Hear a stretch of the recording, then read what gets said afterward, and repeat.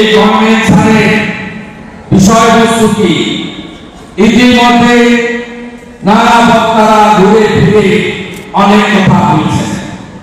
আপনারা জানেন গোটা ভারতবর্ষের মধ্যে দুটি একটি রাজ্য ছাড়া সবচেয়ে কম পারিশ্রমিক, চাকরি নিরাপত্তা, অর্থনৈতিক নিরাপত্তা, সুযোগ সুবিধা আপনারা এই রাজ্যে পান। হ্যালো ভিউয়ার্স, আপনারা প্রত্যেকেই জানেন আইসিডিএস, আশাকর্মী, সিভিক ভলেন্টিয়ার্স এবং আইসিটি কম্পিউটার শিক্ষকদের বেতন বৃদ্ধি হয়েছে।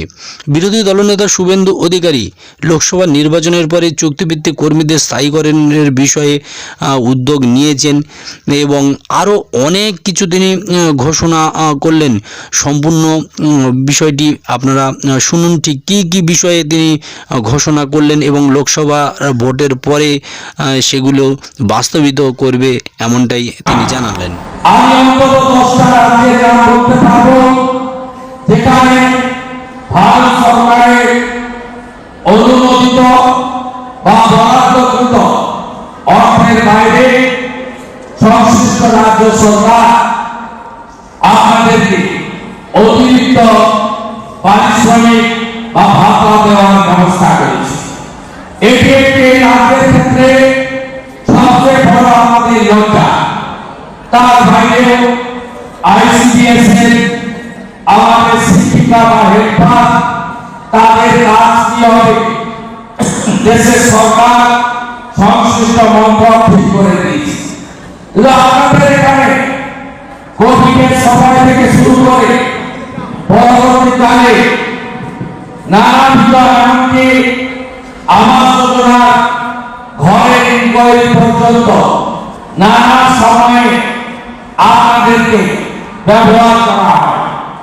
এমনকি ইচ্ছার বাইরে মুখ্যমন্ত্রী প্রশাসনিক সভার আদলে রাজনৈতিক সভা হয়, সেখানে আপনাদেরকে যেতে বাধ্য করা হয় এবং আপনার ইচ্ছার বাইরে এগুলো আপনার কাজের মধ্যে পড়ে না। সাথে সাথে প্রতিটা আইসিডিএস সেন্টার ভারত সরকারের আগে ডিআরডিএফ এর ফান্ড, পরবর্তীকালে অর্থ কমিশনের অর্থে সুন্দর করে গোটা দেশে আইসিডিএস সেন্টারে গেলে মনে হবে নিজের বাড়ি থেকেও ভালো সুন্দর সেন্টার। তার সঙ্গে আদর্শ একটি রান্নাঘর, তার সঙ্গে পরিশুদ্ধ পানীয় জল, তার সঙ্গে একেবারে অত্যন্ত পরিচ্ছন্ন একটি আমাদের যাকে বলা যায় শৌচালয় বা ল্যাট্রিন ইত্যাদি একটা বহুমুখী উন্নয়নের ছোঁয়া এই সেন্টারগুলিতে আপনি অন্য রাজ্যগুলো পশ্চিমবঙ্গ ছাড়িয়ে উড়িষ্যাতে গেলে পাবেন, বিহারে গেলে পাবেন, ঝাড়খণ্ডে গেলে পাবেন, ইউপিতে গেলে পাবেন, ত্রিপুরাতে গেলে পাবেন, আসামে গেলে পাবেন। আপনাদের এখানে সে সুযোগ সুবিধা ন্যূনতম দেওয়া হয়নি।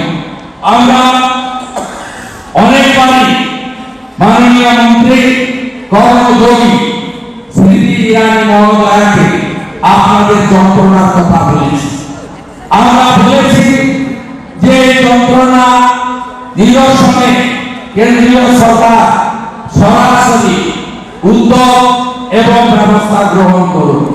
তারা অনেকগুলো বিষয় তারা রাজ্য সরকারকে বারে বারে চিঠি দিয়েছেন এবং এই রাজ্য সরকারের যেভাবে আপনাদের বঞ্চিত করছে এবং আপনাদের জন্য বরাদ্দকৃত শুধু পারিশ্রমিক নয়, আইসিডিএস সেন্টারে যে আপনার প্রত্যেক সপ্তাহে কোনদিন পুষ্টিকর ডিম দেওয়া হবে, কোনদিন সোয়াবিন দেওয়া হবে, কি কি খাওয়া দেওয়া হবে, সমস্ত তালিকা যা আকারে দেওয়া থাকা সত্ত্বেও এখানে এমন টেন্ডার প্রক্রিয়া আপনারা দেখেছেন। আপনাদের দপ্তরের মন্ত্রী তিনি আমাকে রাজনৈতিক ভাবে খুব আক্রমণ করতেন, আক্রমণ করেন। আমি ওনাকে বলেছিলাম আপনার একটা পিএ আছে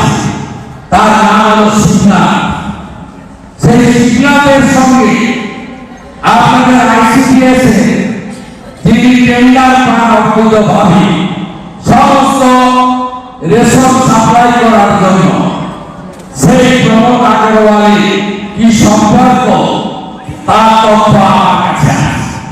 এই যে রেশন দুর্নীতি দেখেছেন জ্যোতিপ্রিয় মল্লিকে, এর থেকেও বড় দুর্নীতি আইসিডিএস এ সামগ্রী আপনাদের সরবরাহের ক্ষেত্রে হয়েছে। এবং আপনারা জানেন 100% এই রেশন সামগ্রী দেওয়াটা কেন্দ্রীয় সরকারের অর্থে হয়, এখানে রাজ্যের কোনো রোল নেই। তাই রাজ্য অন্যদিকে আপনাদের বছরে দুটি করে নতুন বস্ত্র দেওয়া, আপনার প্রভিজন আছে, বরাদ্দ হয়, আপনারা পান। আপনাদের মোবাইল ফোন, স্মার্ট মোবাইল ফোনের জন্য অর্থ কত আগে বরাদ্দ হয়েছে তা টেন্ডার হয়নি। এই শত কোটি টাকা অ্যাকাউন্টে রেখে তার সুদগুলো দিয়ে এই যে মুখ্যমন্ত্রীর সভা হয় তার প্যান্ডেল খাটানো, তার বাসে করে স্কুলের ছাত্রছাত্রীকে আনা, সেখানে পচা বিরিয়ানি প্যাকেট খাওয়ানো, প্লাকার্ড ধরে জিন্দাবাদ জিন্দাবাদ করা, এইসব কাজে এই সুদের টাকা আছে কয়েকশো কোটি টাকা আপনার নষ্ট করা হচ্ছে। আপনাদের অথচ আপনাদেরকে পৌঁছে দেওয়া হয় না। ডিজিটাল স্ট্রাইক আপনারা করেছেন, আরো বেশি করে করুন। কে ট্রান্সফার করবে আপনাদের, আমরা বুঝে নেব। আমি আপনারা জানেন যে আইসিডিএস এর যে হেল্পার তার কর্মক্ষেত্র কোথায়? গ্রাম পঞ্চায়েত বা ওয়ার্ড। পৌর এলাকায় ওয়ার্ডের বাইরে থেকে ট্রান্সফার করা যায় না, আর গ্রাম পঞ্চায়েত অঞ্চলের বাইরে তাকে ট্রান্সফার করা যায় না। আর আমাদের শিক্ষিকাদের ক্ষেত্রে ইউনিট কি? ইউনিট হলো গ্রামে ব্লক, আর শহরে পৌরসভা, আরবান লোকাল গভর্নমেন্ট। এর বাইরে যদি